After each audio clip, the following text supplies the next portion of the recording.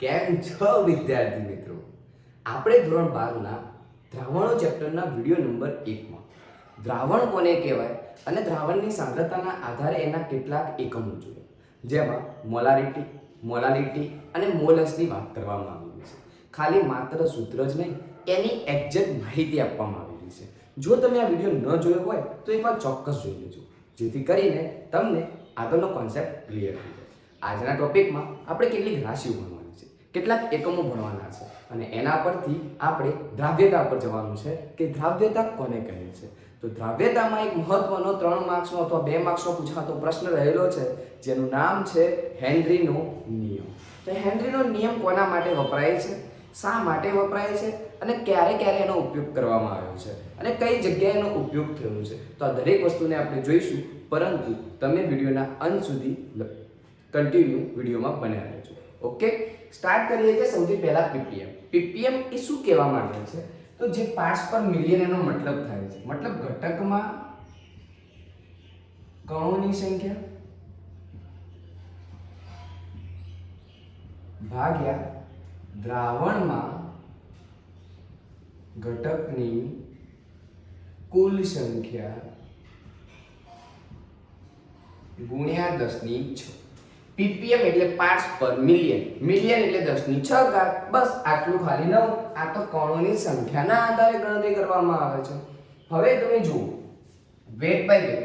PPM પરથી wet by wet શોધવું હોય તો પીપીએમ ભાગ્યા 10⁶ ગુણ્યા 10⁵. આ 10⁵ એટલા માટે કે ટકાવારી શોધવા માટે આપણે 100 વડે ગુણવામાં આવે. પીપીએમ તમને જેટલા આપેલા હોય ડાયરેક્ટ અહીંયા મૂકી દેવાના, વાર્તા ફિનિશ થઈ જાય. અહીંયા વાર્તા શું થઈ જાય? પૂરી થઈ જાય. વેટ બાય વેટ નું એક્ઝેક્ટ સૂત્ર શું છે? તો દ્રાવ્યનું વજન ભાગ્યા દ્રાવણનું વજન ગુણ્યા 100. આને બીજી ભાષામાં આવું કહેવાય W/W1 plus W2 ગુણ્યા 100.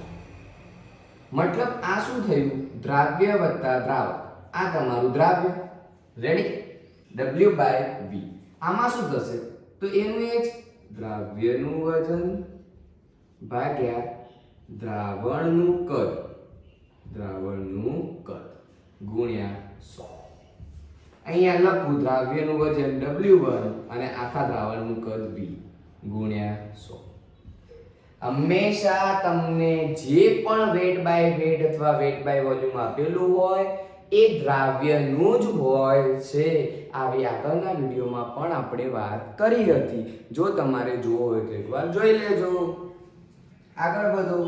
દ્રાવ્યનું કદ ભાગ્યા દ્રાવણનું કદ ગુણ્યા 100. રેડી? આગળ આપણે જે રાશિઓ જોઈ હતી એને એકવાર ફરીથી અહીંયા લખી દીધી છે કે કઈ કઈ જોઈ હતી. તો સૌથી પહેલા મોલારિટી,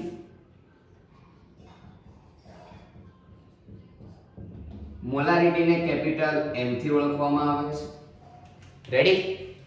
જેમાં દ્રાવ્યનું વજન એટલે કે આપેલું દળ, દ્રાવ્યનું આણ્વીય દળ ગુણ્યા 1000 ભાગ્યા VmL માં. દ્રાવણનું કદ શેમાં? ml માં. દ્રાવણનું કદ શેમાં? ml માં. આના ઉપરથી શોર્ટ ફોર્મમાં આપણે આવું પણ લખીએ છીએ, મોલ પર લિટર. મોલ પર લિટર. 1 લિટરમાં 1 મોલ જેટલો પદાર્થ ઓગળેલો હોય તો એને 1 મોલર કહેવામાં આવે છે. આવું ને આવું બીજું શું ભણ્યા હતા આપણે? તો કદાચ ભણ્યા હતા મોલાલિટી. મોલાલિટીને નાના m વડે દર્શાવવામાં આવે છે અને એનું મહત્વ ઘણું બધું રહેલું છે, જેમાં દ્રાવ્યનું વજન ભાગ્યા દ્રાવ્યનું આણ્વીય દળ ગુણ્યા 1000 ભાગ્યા, હવે અહીંયા શું આવશે? દ્રાવકનું વજન ગ્રામ.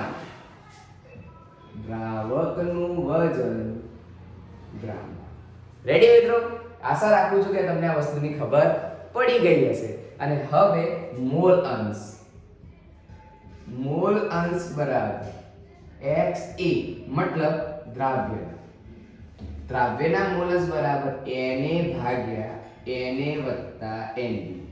મતલબ એવું કહેવા માંગે દ્રાવ્યના મોલ ભાગ્યા કુલ મોલ બરાબર. બીજું એનથી એવું જાણવા મળ્યું કે દ્રાવ્ય વત્તા દ્રાવક બરાબર 1.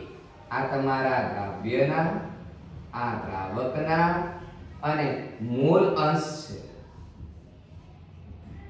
મોલ અંશ છે, અને આ તમારા દ્રાવણના મોલ અંશ.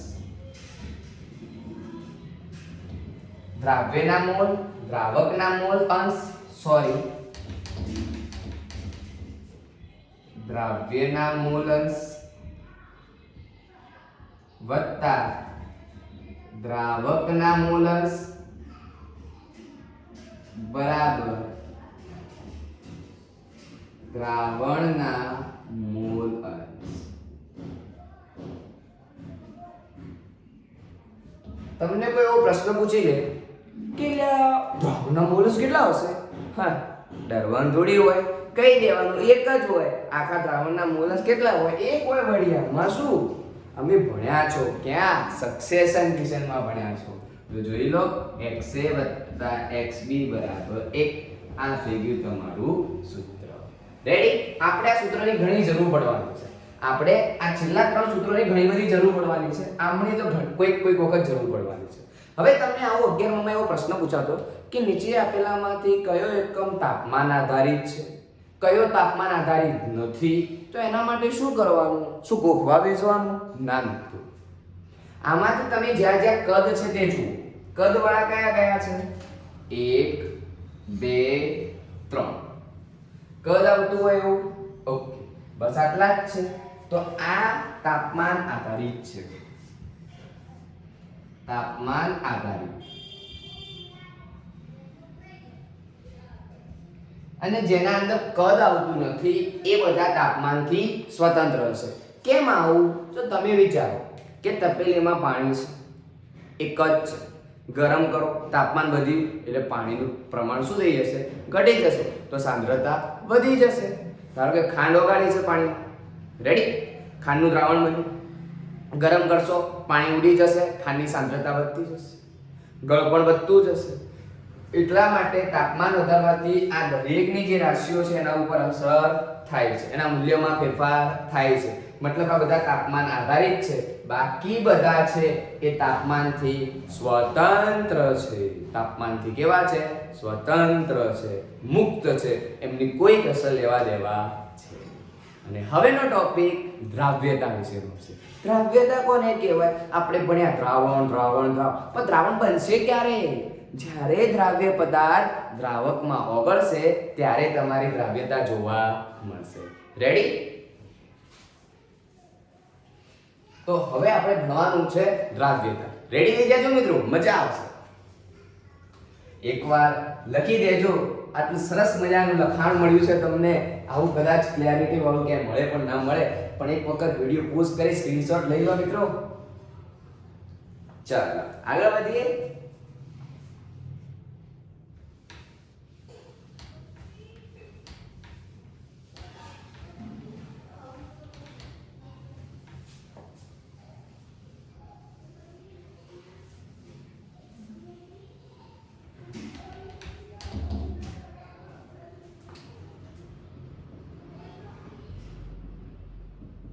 દ્રાવ્યતાને ઇંગ્લિશમાં સોલ્યુબિલિટી કહેવામાં આવે છે. આ ઇંગ્લિશ વર્ડ એટલા માટે લખવામાં આવે છે કે કારણ કે કોઈક તો હશે આપણો વિડિયો જોનારો JEE ની તૈયારી કરતો હશે, એને બિચારાને ખબર પડી જાય કે સોલ્યુબિલિટી એટલે દ્રાવ્યતાની વાત થઈ રહી છે. રેડી ને મિત્રો? અથવા કોઈ ઇંગ્લિશ મીડિયમનો બાળક જોવે વિડિયો તો એને ખબર પડે કે શું ચાલી રહ્યું છે. રેડી? બાકી મારો કોઈ આશય છે નહીં આના ઉપરથી. યાદ રાખજો, દ્રાવ્યતા એટલે સોલ્યુબિલિટી. હવે દ્રાવ્યતા એટલે શું? તો એવું લખવામાં આવેલું છે કે નિયત તાપમાને અથવા નિશ્ચિત તાપમાને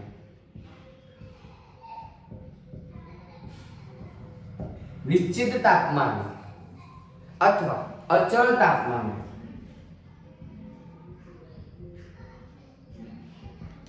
નિયત તાપમાને અથવા નિશ્ચિત તાપમાને અથવા અચળ તાપમાને ચોક્કસ દ્રાવકમાં ચોક્કસ દ્રાવકમાં મહત્તમ પ્રમાણમાં દ્રાવ્ય પદાર્થને ઓગળવાની ક્ષમતા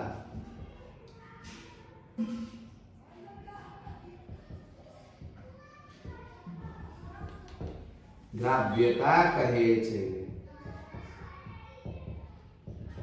નિશ્ચિત તાપમાને અથવા અચળ તાપમાને ચોક્કસ દ્રાવકમાં ચોક્કસ પ્રમાણમાં અથવા તો મહત્તમ પ્રમાણમાં દ્રાવ્ય પદાર્થને ઓગળવાની જે ક્ષમતા છે એને એની દ્રાવ્યતા કહે છે. મતલબ એવું થાય છે બેટા કે મેં કદ ફિક્સ લઈ લીધું, તાપમાન પણ ફિક્સ કરી નાખ્યું. હવે એના અંદર જેટલા પ્રમાણમાં ખાંડ ઓગળે છે એને એની શું કહેવામાં આવે છે? દ્રાવ્યતા. શું કહેવામાં આવે છે? દ્રાવ્યતા. માની લો એક ગ્લાસ હતો, પાણી ફિક્સ કરી લીધું એટલે કે દ્રાવકનું કદ ફિક્સ થઈ ગયું. હવે એના અંદર ખાંડ નાખતો જાઉં છું, ઓગળતી જાય છે, નાખતો જાઉં છું, ઓગળતું જાય છે. મહત્તમ પ્રમાણમાં જ્યાં સુધી ખાંડ ઓગળશે એને એની દ્રાવ્યતા કહેવામાં આવે છે. દ્રાવ્યતામાં વિદ્યાર્થી મિત્રો આપણે બે જ દ્રાવ્યતા ભણવાની છે. કઈ કઈ દ્રાવ્યતા ભણવાની છે તો તમે જોઈ લો. સૌથી પહેલા હવે તમે કોઈ પણ વસ્તુ હોય તો દ્રાવ્યતા ઉપર અસર કરતા પરિબળો તો હશે જ. રેડી? હવે ધારો કે મેં પાણીના અંદર ખાંડ ઓગાળું અને તેલના અંદર ખાંડ ઓગાળું તો બંનેમાં એની ઓગાળવાની ક્ષમતા કેવી હશે? અલગ અલગ હશે. જો બેટા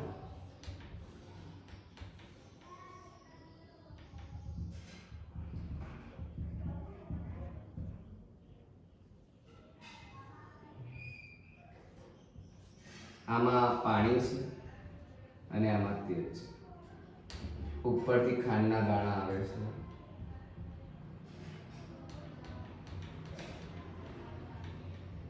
ખાંડ તો બંનેમાં ઓગાળવાની ક્ષમતા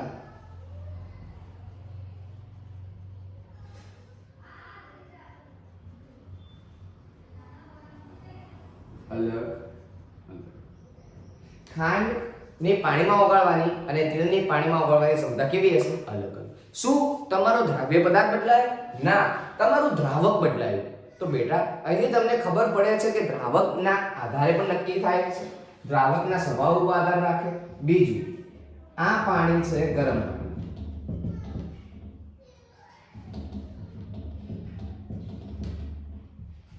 ગરમ પાણી અને આ ઠંડુ. આના અંદર ખોડ ઓગળશે, ખાંડ ઓગળી રહી છે.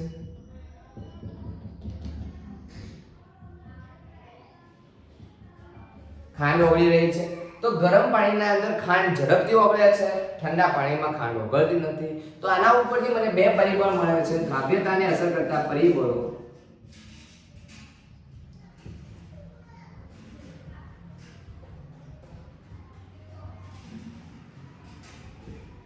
કયા કયા? એક તો તાપમાન જોઈ લીધું. આમ દ્રાવકનો સ્વભાવ જોયો.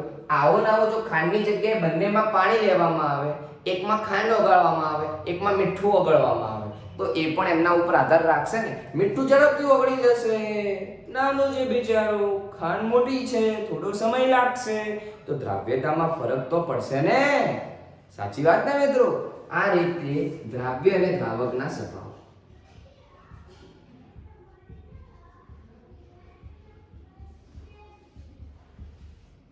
અને છેલ્લે દબાણ. દબાણ એટલા માટે કે તમે કોઈ વાયુને પોતાની અંદર વગાડો છો, તમે સોડા પીવા જાઓ છો, ત્યાં આગળ જો સોડા વાળો જે લારી વાળો છે એ પેલી બોટલના અંદર ભરી જો પ્રેશર જ ના આપે તો એના અંદર વાયુ ઓગળશે? ના ઓગળે. જેટલું પ્રેશર વધારે એટલા ઉભરા વધારે આવે, એટલી સ્ટ્રોંગ બને. અડધા અમુક નથી કહેતા મીડિયમ બનાવજો, સ્ટ્રોંગ બનાવજો. સ્ટ્રોંગ બનાવવાનું કહો એટલે શું કરે? એના અંદર વાયુ વધારે ઓગાળે. એટલે કે દ્રાવકના અંદર દ્રાવ્ય વધારે ઓગાળવામાં આવે. મતલબ તમારું પાણી દ્રાવક હતું, એના અંદર વાયુને ઓગાળવામાં આવે. તો આપણે દ્રાવ્યતા કઈ કઈ ભણવાની? ઘનની પ્રવાહીમાં દ્રાવ્યતા અને વાયુની પ્રવાહીમાં દ્રાવ્યતા. દ્રાવ્યતા કોની કોની ભણવાની છે? તો બે દ્રાવ્યતા ભણવાની છે, ઘનની પ્રવાહીમાં અને વાયુની પ્રવાહીમાં. આ બે દ્રાવ્યતાઓ વિશે આપણે ભણવાનું છે. આ બે દ્રાવ્યતાઓ વિશે આજે ભણવાનું છે, તો તમે બધા તૈયાર થઈ જાઓ. મિત્રો મને આશા છે કે તમને આટલા સુધી ખબર પડી ગઈ હશે.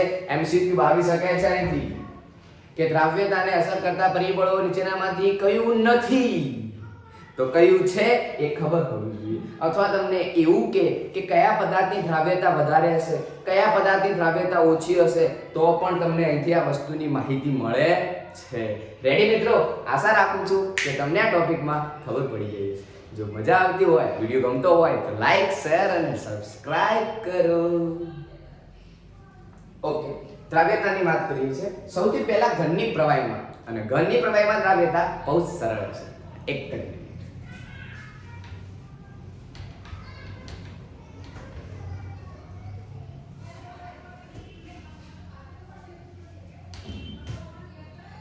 ઘનની પ્રવાહીમાં દ્રાવ્યતા, ઘનની પ્રવાહીમાં દ્રાવ્યતા. આ શું કહેવા માંગે છે? અરે બેન્ઝીન પાણીમાં ઓગળશે, પેટ્રોલ પાણીમાં ઓગળશે, તેલ પાણીમાં ઓગળશે? અલ્યા આ તો નથી ઓગળતું. પણ આ બધા તો પ્રવાહી પદાર્થો છે. નેપ્થેલિન એન્થ્રેસીનમાં ઓગળશે? ના, અધ્રુવીય છે. પ્રશ્ન જબરજસ્ત. શું કરશું? નેપ્થેલિન અને એન્થ્રેસીસનું મિશ્રણ ઓગળશે. બેન્ઝીન ને ટોલ્યુમ, જોરદાર પ્રશ્ન છે. અહીંયા આગળ એવું કહેવા માંગે છે કે તમે તમારો કોઈ જોડે સંબંધ બનાવો છો, મિત્ર બનાવો છો, તો તમે તમારી થોડી ઘણી શું જોવો છો? એકરૂપતા, સમાનતા, કે મારા વિચાર અને એના વિચાર કેવા છે? સમાન છે. મારી વિચારવાની શક્તિ અને એના વિચારવાની શક્તિ કેવી છે? સમાન છે. માટે તમારી મિત્રતા કેવી બની જશે? ઝડપથી. તો અહીંયા શું કહેવા માંગે છે? શોર્ટમાં કહું, ધ્રુવીય પદાર્થ ધ્રુવીય દ્રાવકમાં દ્રાવ્ય થાય, અધ્રુવીય પદાર્થ અધ્રુવીય દ્રાવકમાં દ્રાવ્ય થાય. એટલે કે સમાન સમાન આયન અસર જોવા મળે છે. શોર્ટમાં આખો મુદ્દો કહી દીધો બેટા. ચોપડીના અંદર 5 લાઈન લખેલી છે, એને મેં તમને એક જ લાઈનમાં કહી દીધું કે ધ્રુવીય ધ્રુવીય પદાર્થ એકબીજામાં ઓગળે છે અને અધ્રુવીય અધ્રુવીય. ધ્રુવીય ધ્રુવીય પદાર્થ ઓગળે છે અને અધ્રુવીય અધ્રુવીય, જેને સમાન અસર કહેવામાં આવે છે. સમાન સમાન અસર કહેવામાં આવે છે. સમાન સમાન અસર કહેવામાં આવે છે. ઘન પદાર્થની પ્રવાહી પદાર્થમાં દ્રાવ્યતા માટેની વાત કરું છું કે એક જેવા પદાર્થો એકબીજામાં ભળે છે. ધ્રુવીય પદાર્થો ધ્રુવીય દ્રાવકમાં ઓગળે છે, અધ્રુવીય પદાર્થો અધ્રુવીય દ્રાવકમાં ઓગળે છે.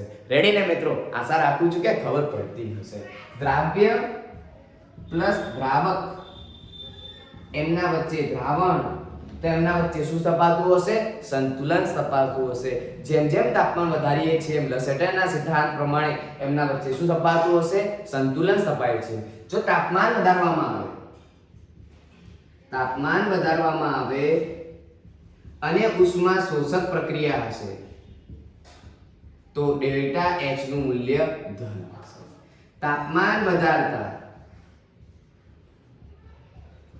ઉષ્મા શેપક પ્રક્રિયા હશે, તો ડેલ્ટા H નું મૂલ્ય માઈનસ હશે.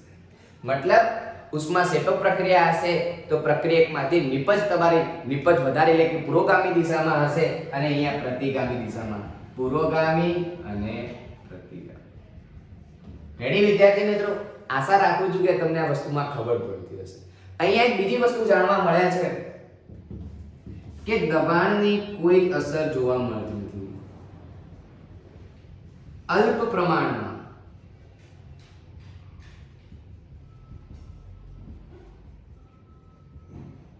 કેમ? કારણ કે ઘન અને પ્રવાહી પદાર્થ પર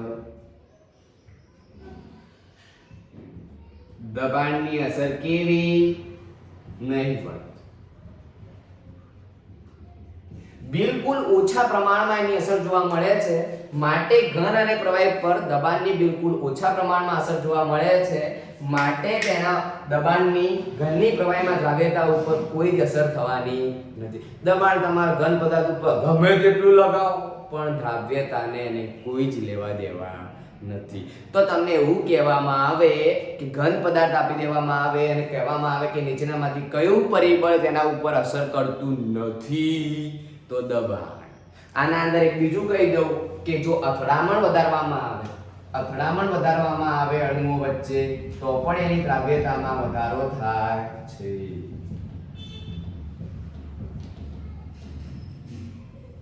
આના અંદર ખાંડ નાખવામાં આવે છે અને સ્ટર કરવામાં આવતી નથી, આને હલાવવામાં આવે છે. બરાબર, આને સ્થિર રાખવામાં આવે છે, આને હલાવવામાં આવે છે. મતલબ આ સળિયા વડે એને રોડ કરવામાં ઘુમાવવામાં આવે છે. અથડામણનો સિદ્ધાંત છે. અથડામણ વધતા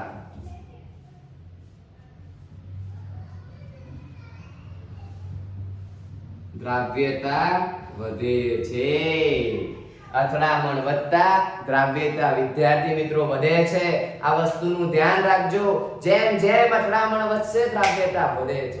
સાહેબ આ તો શું કહી દીધું તમે? તો સાંભળો બેટા, એક ગ્લાસમાં ચોક્કસ કદના 2 ગ્લાસ લીધા, એના અંદર એક સરખું પાણી લીધું, બંનેના અંદર સરખા પ્રમાણમાં ખાંડ નાખી, એકને મૂકી દો, બીજાને ચમચી વડે હલાવો. કયું ઝડપથી દ્રાવ્ય થશે? અથડામણ વાળું. હલાવશો એટલે કણો એકબીજા સાથે અથડાશે. અથડામણનું વાત થઈ, અથડામણનો સંઘાત થયો, અથડામણના કારણે દ્રાવ્યતામાં વધારો થાય છે. અને વિદ્યાર્થી મિત્રો, હવે પછીનો જે ટોપિક છે બહોત ही હિટ હોने वाला है, ખૂબ જ મહત્વનો, અતિ સરળ છે. રેડી? આજે આપણે એની ચર્ચા કરવાની છે કે શું કહેવા માંગે છે. રેડી? આજે માત્ર એની ઉપરથી વાત કરું છું ને ત્રીજા વિડીયોમાં એનું લખાણ બતાવીશ તમને કે કેવી રીતે લખવામાં આવે છે. આજે આપણે ફટાફટ કહેવા શું માંગે છે એ જોઈ લઈએ. હતો કોણ કહેનારો? હેનરી નામનો વૈજ્ઞાનિક હતો કે જેને વાયુની પ્રવાહીમાં દ્રાવ્યતા માટે દબાણ અને તાપમાન બંને વિશેષ પ્રમાણમાં અસર કરે છે. દબાણ એ દ્રાવ્યતાના સમપ્રમાણમાં છે, જ્યારે તાપમાન એ દ્રાવ્યતાના વ્યસ્ત પ્રમાણમાં છે. જોઈએ કઈ રીતે.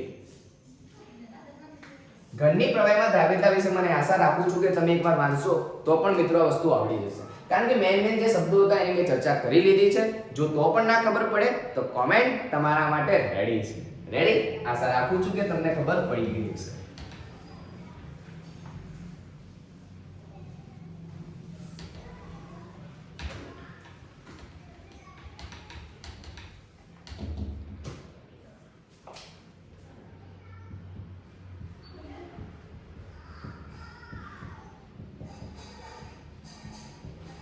વાયુની પ્રવાહીમાં દ્રાવ્યતા, જેનું નામ છે હેનરીનો નિયમ. કોનો નિયમ યાર? હેનરીનો નિયમ કોના માટે છે? અરે મિત્રો, વાયુ પદાર્થની પ્રવાહી પદાર્થમાં દ્રાવ્યતા માટે. રેડી? શું કહેવા માંગે છે ખબર છે મિત્રો તમને? સૌથી પહેલો હેનરીઓ વૈજ્ઞાનિક હતો કે જેની દ્રાવ્યતા અને દબાણ વચ્ચેનો સંબંધ રજૂ. સૌપ્રથમ હેનરીઓ વૈજ્ઞાનિક હતો કે જેને દબાણ અને દ્રાવ્યતા વચ્ચેનો સંબંધ રજૂ કર્યો. એ શું કહેવા માંગતો હતો ખબર છે? કે અચળ તાપમાને વાયુની પ્રવાહીમાં દ્રાવ્યતા એ, અચળ તાપમાને વાયુની પ્રવાહીમાં દ્રાવ્યતા એ પ્રવાહી કે પ્રવાહીની સપાટી પર રહેલા દબાણના સમપ્રમાણમાં હોય છે. મતલબ મિત્રો તમને શું કહેવા માંગુ ખબર છે? જોઈ લો.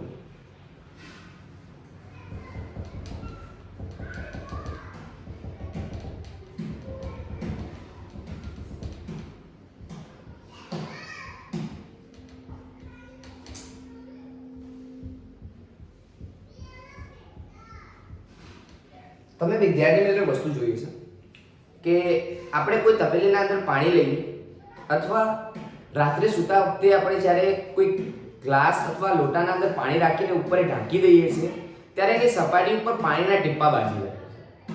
તો આ વસ્તુ કઈ રીતે શક્ય બનતી હશે? તો વિદ્યાર્થી મિત્રો, તાપમાનની અસરના કારણે અંદર થોડું દબાણ બને છે, જેના કારણે અમુક અણુઓ પોતાની સપાટી છોડીને જતા રહે છે. તો અહીંયા શું કહેવા માંગે છે? વ્યાખ્યાને બરાબર સમજજો કે અચળ તાપમાને વાયુની પ્રવાહીમાં દ્રાવ્યતા એ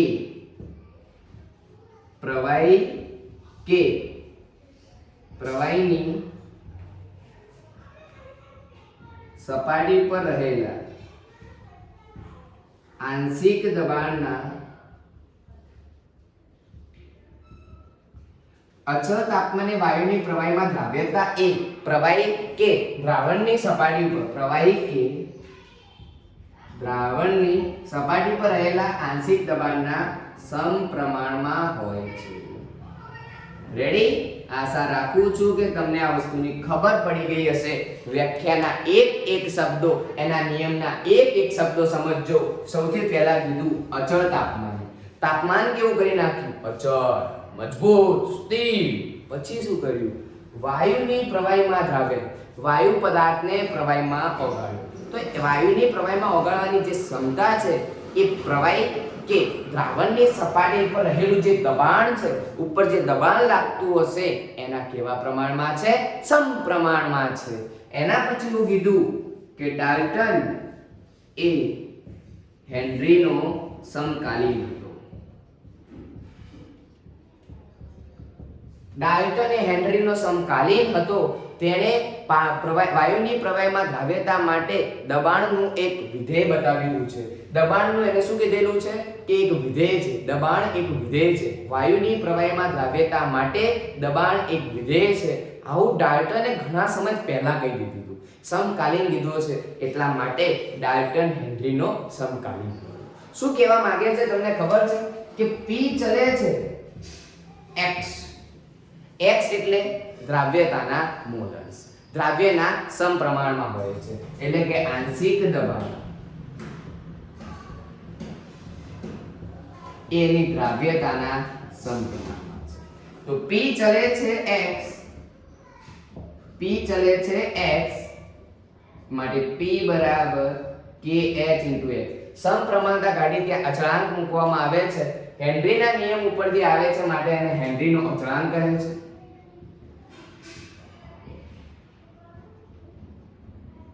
આને દ્રાવ્યના મોલન્સ કહે છે અને આ આંશિક દબાણ છે. હવે અહીંયા વાત કરવાની છે કે દબાણ વધે તેમ દ્રાવ્યતા વધે છે પરંતુ kh નું મૂલ્ય ઘટે છે. રેડી? જોઈ લો મિત્રો કે દબાણ વધે છે, દબાણ વધશે એમ દ્રાવ્યતા વધશે પરંતુ kh નું મૂલ્ય ઘટે છે. આનો મતલબ દબાણ ચલે છે દ્રાવ્યતા અને ઇન્વર્સ પ્રોપોર્શનલ kh. આને યાદ રાખી લેજો, MCQ માં આવી શકે છે વિદ્યાર્થી મિત્રો. સેમ ટુ સેમ તાપમાન માટે. તાપમાન શું કહેવા માંગે છે? કે તાપમાન વધે છે એમ દ્રાવ્યતા ઘટે છે. તાપમાન વધે એમ દ્રાવ્યતા ઘટે અને દ્રાવ્યતા ઘટે તો kh વધે છે. જોઈ લો મિત્રો, ઉદાહરણ આપી દઉં છું. ફેન્ટા, કોકોકોલા, જીરા તમે માર્કેટમાંથી લઈને આવ્યા. હવે આ વસ્તુ તમે માર્કેટમાંથી લઈને આવ્યા છો અને તમે થોડી વાર બહાર મૂકી દો છો તો ધીમે ધીમે એની જે સાંદ્રતા છે કેવી થતી જશે? ઓછી થતી જાય. શરૂઆતમાં લાયા હોય તો એને બહુ ભરપૂર પ્રમાણમાં અંદર ગેસ રહેલો હોય છે, ઉભરા આવે છે, પરંતુ ફ્રીજમાં હોય છે. ફ્રીજમાંથી બહાર કાઢીને થોડી વાર મૂકો એટલે એની સાંદ્રતા કેવી થઈ જાય છે? ઓછી. મતલબ તાપમાન વધ્યું, દ્રાવ્યતા, વાયુની દ્રાવ્યતા ઘટી. રેડી? એના ઉપર ત્યાં વસ્તુને યાદ રાખજો. એક વખત નજર કરજો, આપણે ફરીથી એકવાર સમજીશું અને આગળ વધીશું. લખવું કઈ રીતે, એનો ઉપયોગ ક્યાં કરવો એ બીજા વિડીયોમાં જોઈશું. માટે બીજા વિડીયોની રાહ જોજો. એટલા માટે સબસ્ક્રાઇબ ના કરી હોય તો આજે ચેનલને સબસ્ક્રાઇબ કરજો. Thank you.